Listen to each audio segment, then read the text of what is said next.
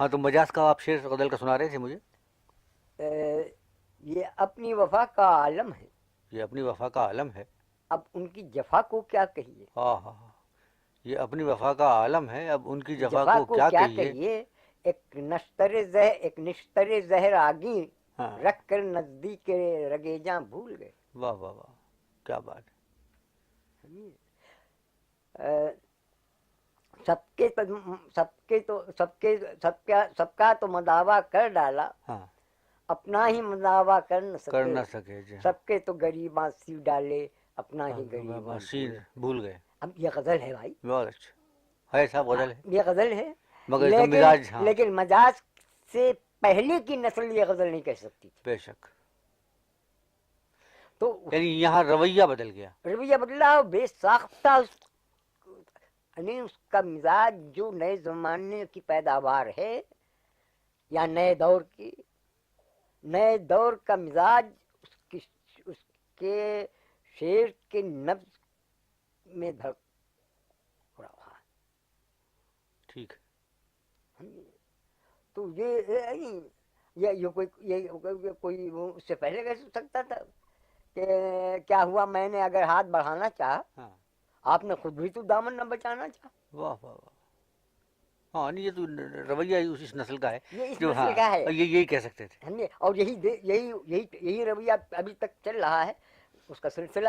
ہاں ہاں. فرق یہ ہے کہ زمانے کے ساتھ بدلتا جاتا ہے، لہجہ بدلتا جاتا ہے، لیکن دین اسی نسل کی ہے. ہاں. تم مجاز دیوانے مصلحت سے بے گانے. واہ. تم مجاز ہاں ہاں. دیوانے مصلحت سے بے گانے، ورنہ ہم بنا لیتے تم کو رازداں اپنا. بتاؤ نا. دیکھ. اب ایک تو یہ کہ پرانی گزشتہ روایات و اقدار کو اپنی اس خوبی کے ساتھ یہ شخص برتتا تھا بے شک. کہ اس میں نیاپن محسوس ہوتا تھا. بالکل.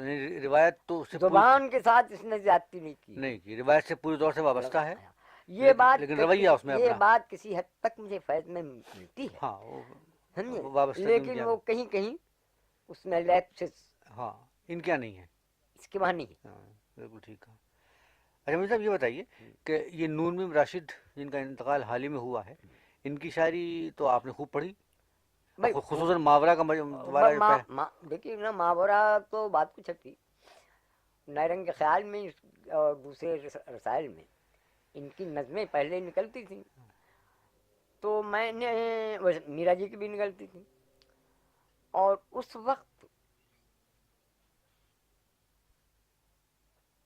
اور کوئی کہنے والا نہیں تھا. آزاد نظم ہے تھے لیکن ایسے نہیں تھے جیسے یہ لوگ تھے. اچھا. تو خیر میرا جی تو گیت کے شاعر ہو کر کے رہ گئے. نہیں وہ تو نظم کا بھی بہت بڑا شاعر ہے. نہیں جدید نظم کا. مگر وہ اس کی نظمیں بھی کچھ گیت کا رنگ، گیت کا لوچ لیے ہاں تو ہوتی ہیں. گیت کا لوچ تو اصل میں وہ ہندی کے جو ہاں ہاں سبک اور بھائی، سجل الفاظ ہاں بھائی، استعمال تو کرتے ہیں. ہندی کے صبح کا سہر الفاظ فراغ بھی تو استعمال کرتا ہے، ہاں مگر ان کے مگر وہاں ہاں گیت پر نہیں پیدا ہوتا. نہیں ٹھیک. وہ تو الگ بات ہے. اچھا. یہ شخص، یہ آپ لوگوں کو بتانے کی ضرورت نہیں ہے کہ یہ آزاد نظم جس کو کہتے ہیں، ایک نظم ہوتی ہے غیر مقفع، وہ الگ چیز. ہاں وہ تو ٹھیک. وہ تو شیکسپیئر سے بھی پہلے سے. نہیں میں جی اچھا آپ فرمائیں. یہ آزاد نظم جس کو فری ورس کہتے ہیں یا جس کو ویئر لیبر کہتے ہیں ٹھیک. فرانسیسی، تو یہ فرانس سے آئی. ٹھیک. اور فرانس سے آئی اور یہاں مقبول ہوئی. ٹھیک ہے. اور اس کے بہت سے لکھنے والے ٹھیک ہے. تھے، بعض گمنام تھے اس لیے ہاں کہ فری جی ہاں اپیل نہیں کرتی. ہاں ہاں. تو رابرٹ بریجز نے ان کو ابھارا، ٹھیک. اور ان میں سب سے زیادہ جو با اثر شخصیت آج تک مانا جاتا ہے وہ ٹی ایس ایلیٹ. ٹھیک. اس سے بحث نہیں کہ موضوع کے اعتبار سے ان کی شاعری کیا ہے کیسی ہے وہ الگ ہے. اچھا ویسٹ لینڈ کی ویلو کیا ہے وہ چھوڑ دیجیے، لیکن فارم حیت کے لحاظ سے ہاں یہ آزاد نظم جو ہے اردو میں اسی دور میں آئی ہے جس دور میں نون میم راشد لکھتے تھے. اچھا ٹھیک ہے. نون میم راشد میں اور دوسرے آج تک آزاد نظم لکھنے والوں میں اچھا ایک فرق میں نے محسوس کیا.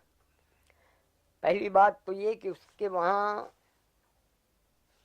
ذوق و نظر اور فکر و احساس ہوں. کا ایک تسلسل ہے. بے شک. میں ٹھیک ہے، کنٹینٹ کے بارے میں نہیں، پہلی بات کرتا بالکل ٹھیک. ہوں. دوسری بات یہ ہے کہ اس نے جو فن ہے فری ورس کا یا آزاد نظم کا، اس کو جتنا وہ گرفت میں لا سکا ہے آج تک کوئی دوسرا شاعر نہیں لا سکا. آج کل بے راہ ربی کا نام آزاد نظم ہے. ٹھیک ہے. ایک مصرع ایسا نہیں ہے ماورا کا یا ان کی اور جو نظمیں جی جی جو ماورا میں نہیں ہے. ایک مصرع ایسا نہیں ہے جو ناموزوں. ٹھیک ہے. بالکل ٹھیک. یعنی وہ بحر رجز میں ڈال کے بحر رمل چلے، ہاں وہ بات اس کے وہاں نہیں. ہاں ہاں ہمارے اور لکھنے والوں جو اب میں کیا کہوں کہ وہ کیسے ہیں، ہاں ٹھیک ہے. جانتے کچھ نہیں. ہاں نہیں وہ شخص یہ نہیں ہے کہ عروج سے نہیں واقف تھا، نہیں وہ وہ عروج سے عروج سے واقف تھے. بہت واقف تھا. پابند شاعری وہ کر سکتے تھے. نے پابند شاعری کی ہے، جی کی ہے، محاورہ میں کافی. ماورا میں جی. ہے. اور اس کے علاوہ اس سے پہلے آپ وہ پابند آپ ہاں نئے خیال کے پرانے پرچے اٹھا کر کے دیکھ، ہاں ہاں ہاں وہ پابند اشعار بھی کہتا تھا بالکل. اور نیا پن اس میں ہوتا تھا. تو وہ اس کے وہاں جو آزاد وہ یہ نظم کی آزادی ہے وہ نادانی یا ناواقفیت کی بنا پر نہیں ہے، بلکہ یہ کہ وہ اتنا صحیح معنوں میں فری ورس یا بیئر لیبر میں جس کی بہترین مثال میں انگریزی میں سمجھتا ہوں وہ American the great American and the great American poet ٹھیک ہے. میں عظیم امریکی اور عظیم تر امریکی شاعر ہاں والٹ وٹمن کی لیوز آف گراس پڑھ لیجیے. ہاں وہ تو بالکل پروس کے آہنگ کے قریب جن ترین آ گئی. پروز کو پوئٹک آہنگ دیا. ہاں ہاں ہاں. ویسے مجھے صاحب یہ بات ابھی ذرا اس پر کہنا ہوگا، آیا اس کو ہم وہ پروس کو شاعری کے زمرے میں لے آیا ہے. دیکھیے وہ میں بات کہتا ہوں نا، ہاں ہاں وہ آزاد نظم جو ہے جس کو ہم آزاد نظم کہتے ہیں، جو بات کو فری ورس کہلانے لگی، ہاں تو اس میں یہ ہے آپ دیکھیں گے کہ اس کی کوئی لائن لیوز آف گراس کی کوئی لائن ایسی نہیں ہے جو پوئٹک نہ ہو. ہاں سمجھے، مگر قافیہ نہیں ہے اس میں، ہاں بالکل. مگر اس کو نظم غیر مقفع نہیں کہہ سکتے، ہاں نہیں وہ تو نہیں. ٹھیک ہے. اس لیے کہ وہ نثر کے انداز میں لکھی گئی ہے اور اس نے ثابت یہ کیا ہے کہ بنیادی طور پر نثر اور نظم کے آہنگ میں کوئی فرق نہیں ہے اور آہنگ بہت ضروری چیز ہے. ہاں تو اب جو نظم آزاد جو اردو میں آئی اس کے لیے تھوڑی سی پابندی ضروری تھی، یعنی یہی کہ بحر رجز میں بحر رمل نہ ڈالیے. ہاں وہ تو ضروری ہے. چھوٹے بڑے مصرے ہوں دوسری بات، ہاں اور پہ ایک مصرع ختم ہو دوسری بات، ٹھیک ہے. اور کے بعد جو معطوف ہے ہاں ہاں ہمیں کہ نہیں ہاں وہ اس پہ بات کو ہاں آئے. وہ یہ چیز تو ان کے ایران میں اجنبی جو مجموعہ ہے راشد صاحب کا ہاں ہاں وہاں بہت زیادہ ہے. بہت زیادہ ہے. ہاں بہت اچھا. زیادہ.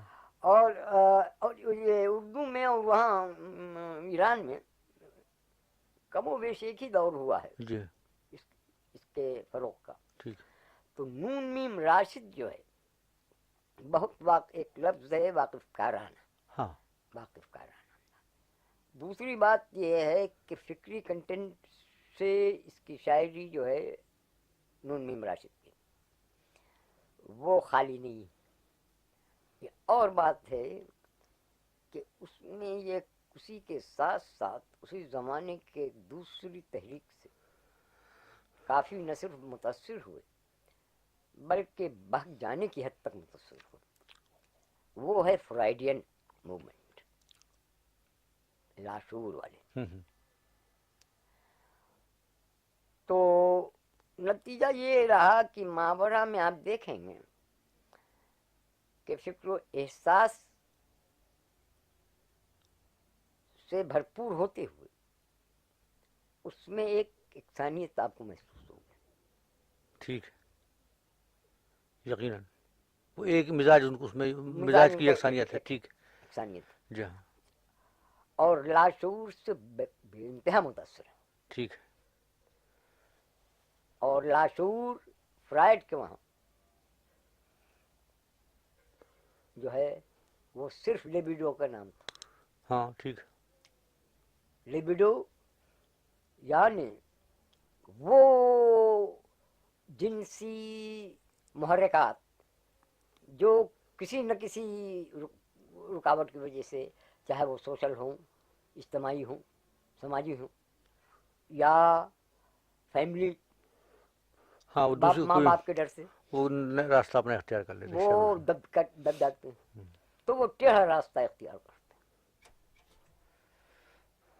ہاں مجنون صاحب یہ فرمائیں کہ سن 1947 میں پاکستان اور ہندوستان دو الگ الگ ملک بن گئے اور آزادی اس طرح سے دونوں ملکوں کو مل گئی.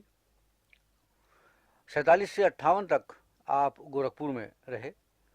تو اس وقت آپ نے اپنے قیام گورکھپور کے زمانے میں کیا کیا لکھا اور اس سلسلے میں آپ نے آپ کی کون کون سی کتابیں شائع ہوئیں، کون کون سے مضامین آپ نے کن کن رسالوں میں لکھے اور اس وقت کی مجموعی صورتحال ادب کی 47 سے 48 کی 10 سال کے عرصے میں وہاں پر کیا رہی ہندوستان میں؟